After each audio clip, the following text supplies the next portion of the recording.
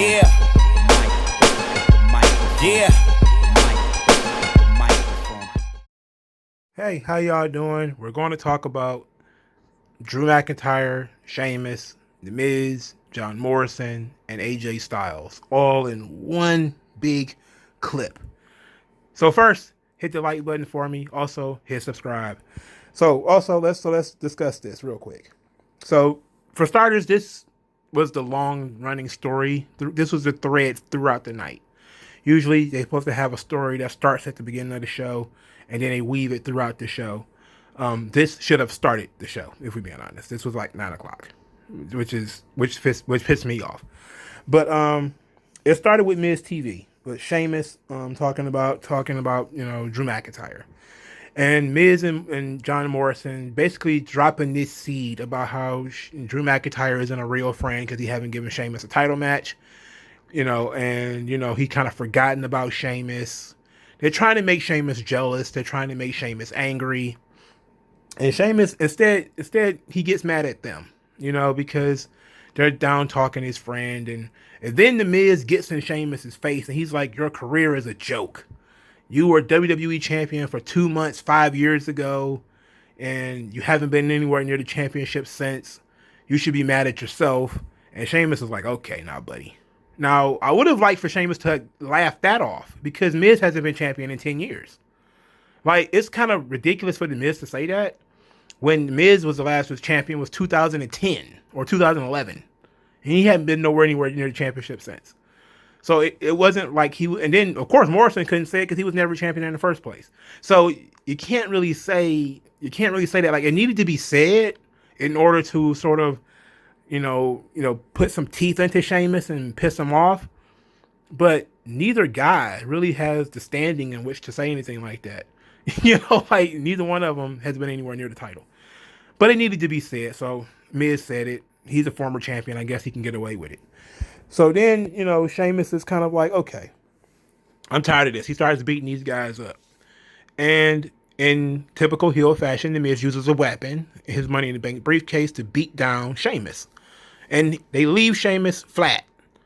And I instantaneously said to myself, Sheamus is going to turn on McIntyre because McIntyre didn't come out and help him. This is a big problem with WWE. I like to harp on baby faces and heels, like characterizations and archetypes and things like that. That's my jam. The psychology of the business. That's my jam. When you do something like have a baby face, and Sheamus not even a baby face, if we're being honest, he's still actually technically still a heel. But when you have a guy that's in this position, he's kind of in the baby face in this position, and you don't come out and help him, you justify his anger later. Now him not getting a title match, you can be like, well, he's only been champion 2 weeks. Like his first week as champion again, he had to fight Roman Reigns and he got choked out. He wasn't even on TV last week, so he can't give Sheamus a title match. You can easily bypass that argument, but there is no justification for Drew McIntyre not coming out to help Sheamus. And so then it made sense when Sheamus brought it up later. Like, oi, where are you, man? When I got beat up back there at the Gulf, whatever he said.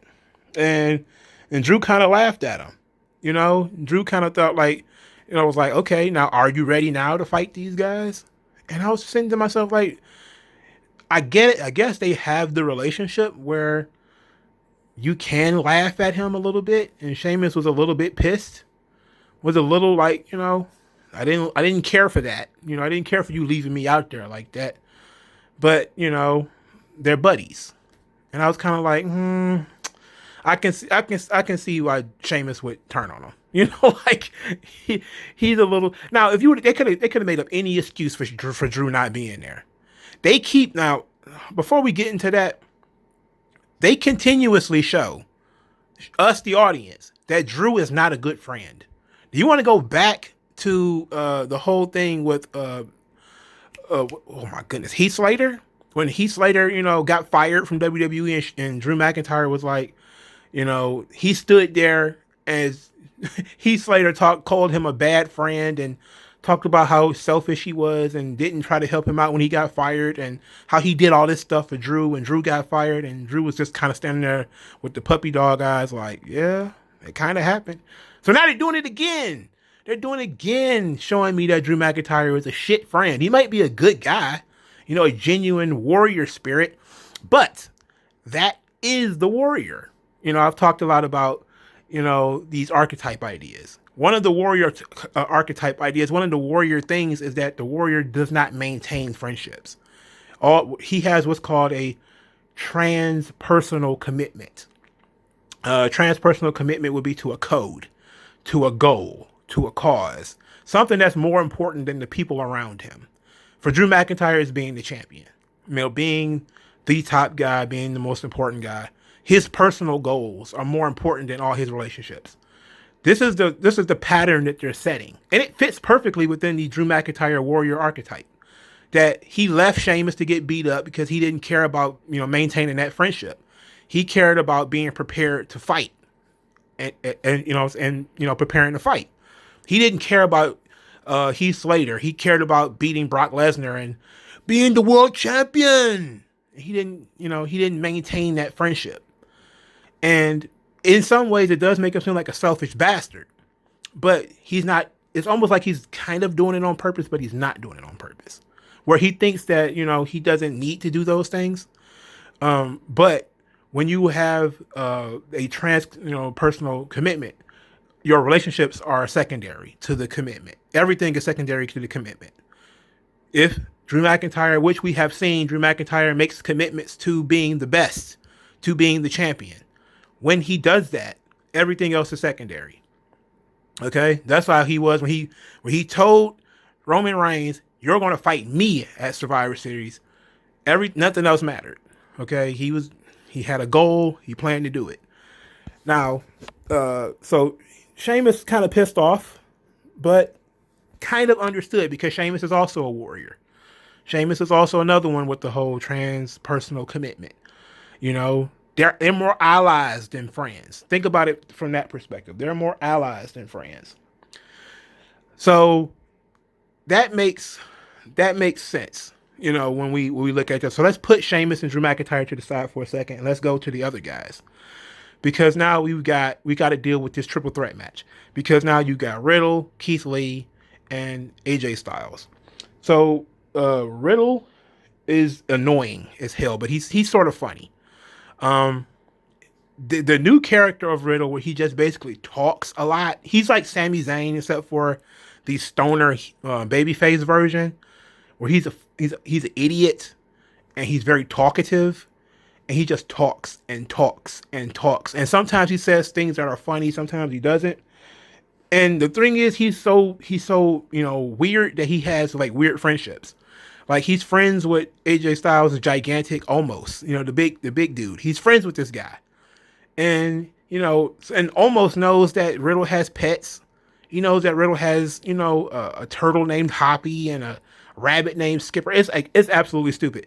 And then he says, Riddle, oh my God, says that AJ Styles reminds him of his rabbit because he's small and he's fluffy and he's oh so cute or something like that. And I think this is what AJ Styles smacked him because, AJ Styles and his, he doesn't really like all that homosexual stuff. And then Riddle's like, I'm going to get you back, bro.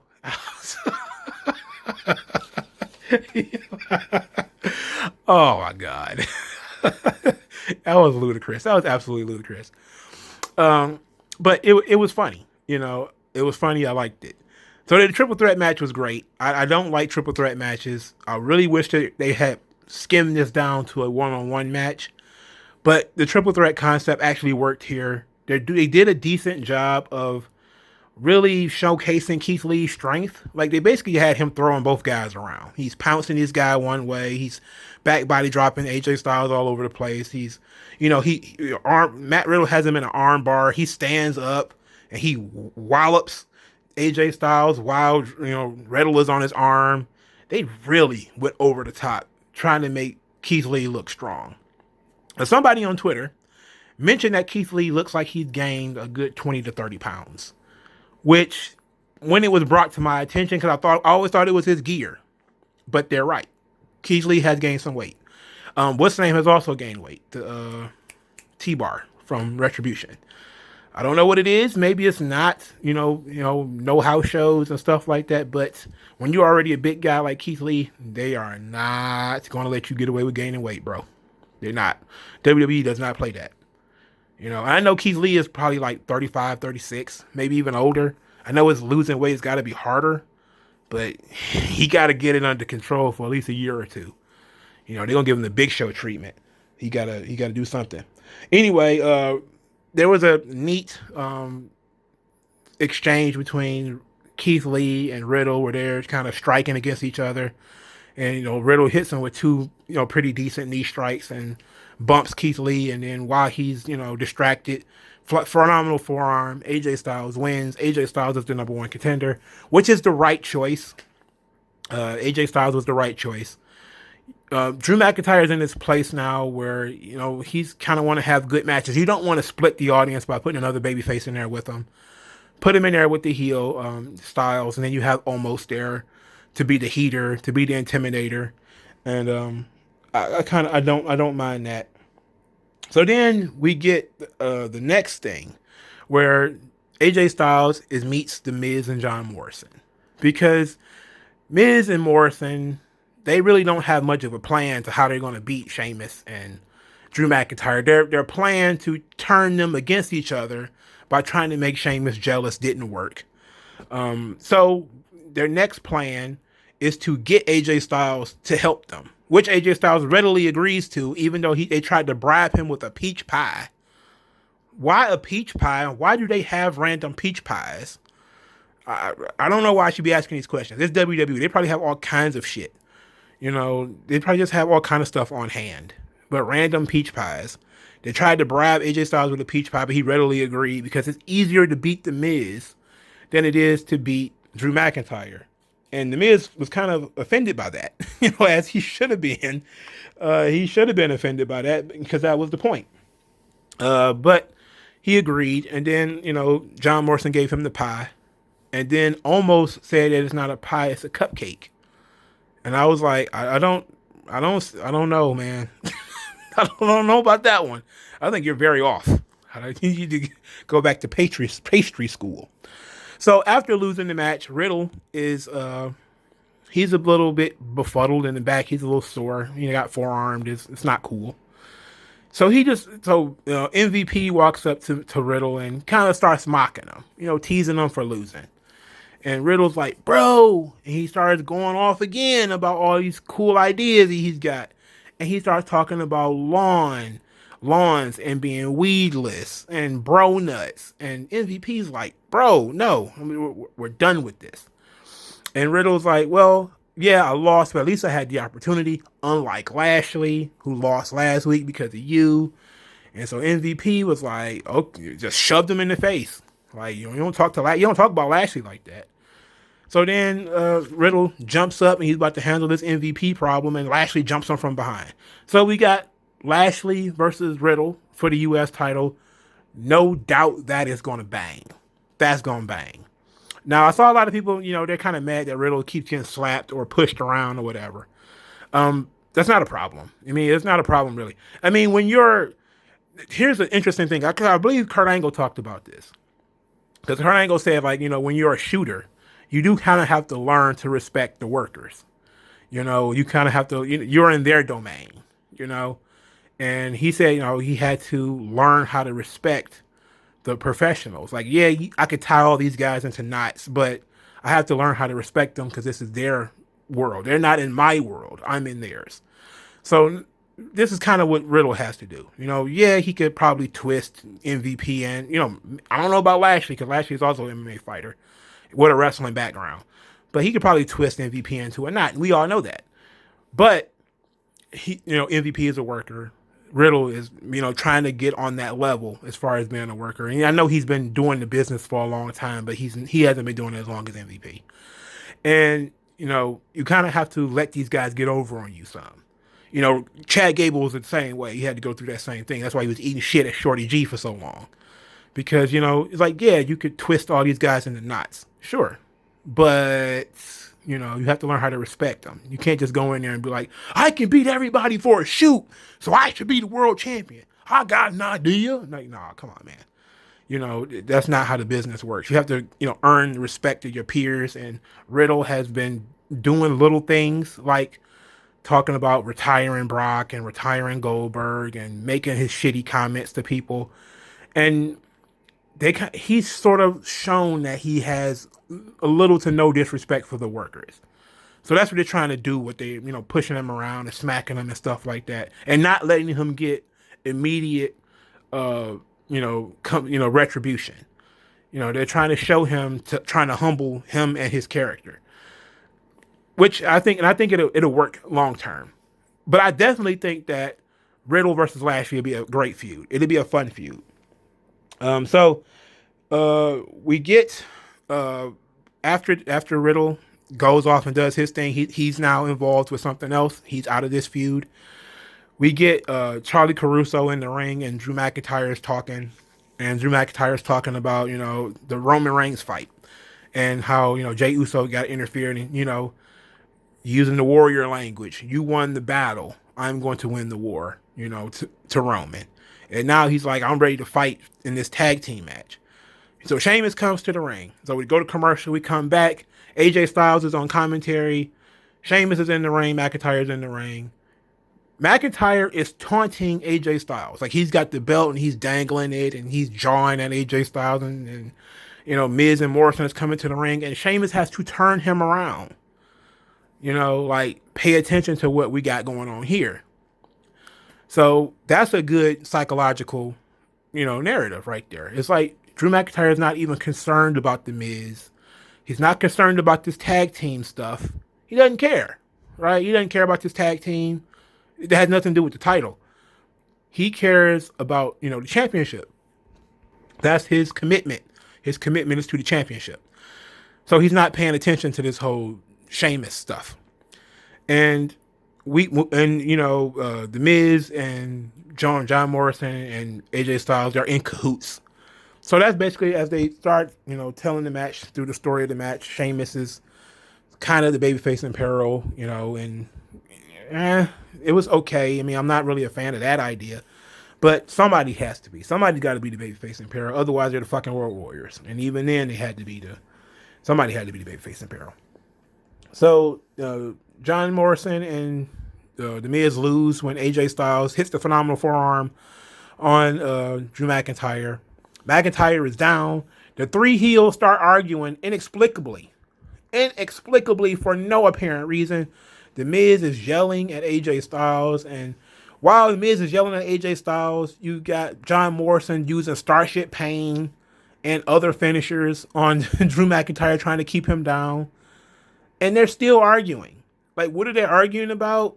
The Miz is yelling at AJ Styles about, nah, we're not doing this because you want to. We're not doing this on your time. It's like, what in the hell? Just win the fucking title, then argue with this guy. I don't understand. This is stupid. This is stupid ninja stuff. Like dumb ninjas, they all run in together and then they stand still while you hit one of them and he's still standing there. That's what this was. You know, you had these guys who are supposed to be working together. They already agreed to work together. It's not an accident. It's not, I mean, sure, you guys have lost this tag team match, but so what? It was never part of the plan for you to win the tag team match. The plan was for you to win the title. Stupid. This was a stupid, whoever wrote this is a fucking idiot. Okay? The smarter way of doing this would be for Sheamus to have stopped it. That would have been the smartest way of doing it. Okay? The smartest way of doing it would have been all the three heels are going to get together. You know, after, you know, phenomenal forearm, Starship Pain, you know, almost gets the briefcase. He hands the briefcase to AJ Styles, who hands it to the Miz, who hands it to the ref. And as soon as the ref is about to ring the bell, here comes Sheamus. And he barrels and knocks everybody over. Or he pulls Drew McIntyre out of the ring. Or something. In order to stop that. That would have been excellent storytelling. From the perspective of Sheamus is being a good friend. Okay? That would have been great. But what we got is incompetent heels. We got the heels are dummies. That was dumb. That was stupid. So then, of course, Drew McIntyre makes his own comeback because the heels are dumb. They're arguing with each other. So he beats up all the heels. They almost carries off AJ Styles. It was great. Now that part was great because AJ Styles is, I'm so sick of you, man. I will tear you apart. You so lucky he carrying me away. I'm gonna kick your ass. And, like you're the luckiest man in this building. And like it kind of goes back to that character that has AJ Styles kind of described. The AJ Styles character as a very small pit bull. Like, you can see that character still exists, even though it's 5 years into his run. It's still there, where he's small, fiery, intense, willing to fight anybody, but at the same time he's still chicken shit heel. Like he's allowing himself to be carried out. He's not trying to get free. He's allowing himself to be carried out. And then when it almost puts him down, he's not in a rush to go back in there. But it was all, ultimately, if I was to grade this whole ordeal on a scale of 1 to 10, it was about a solid 8. I'm really enjoying the Sheamus McIntyre stuff. There's some missteps here and there, but I understand it psychologically. The Miz and John Morrison, as much as I hate them, I understand their dynamic. I understand that when Miz says, when I win the title, the first person I'm going to defend it against is John Morrison. And I guarantee you he's lying. We already know he's lying. But the point of that was to, of course, make Sheamus jealous. I understand every piece, every individual piece in this story. So it was good, but the execution is a little bit off. And it was mostly off because, this tag team match shouldn't have been the closing of the show. It could have been, you could have let, I don't know how else you could have done it, because the triple threat match could have been the main event. It probably needed to be, the tag team match needed to be the main event in order for AJ Styles to be in the spot that he was in. So maybe it was right all along. But it was, a nothing tag team match as the main event of Raw, which means that the ratings probably will go on in the shitter. Because people are not going to stay up to watch to see if The Miz won the title or not. People don't care that much about that. You keep teasing it and keep teasing it and keep teasing it. Eventually people are going to get tired of it. They're not going to care, But so you either have to pull the trigger one way or the other eventually. You can't keep teasing week after week after week. And plus The Miz is not that interesting. He's not a threat. He's not a physical threat. He has no momentum. If they had done a tournament and The Miz was like one of the finalists in the tournament, it probably would have made more sense, but it's not. And they didn't, and it's not, so it doesn't matter. Anyway, let me know what you guys think in the comment section below. Like this video, share this video, subscribe to this channel, and thank you guys for listening. Please feel free to donate, and I'll talk to you guys later.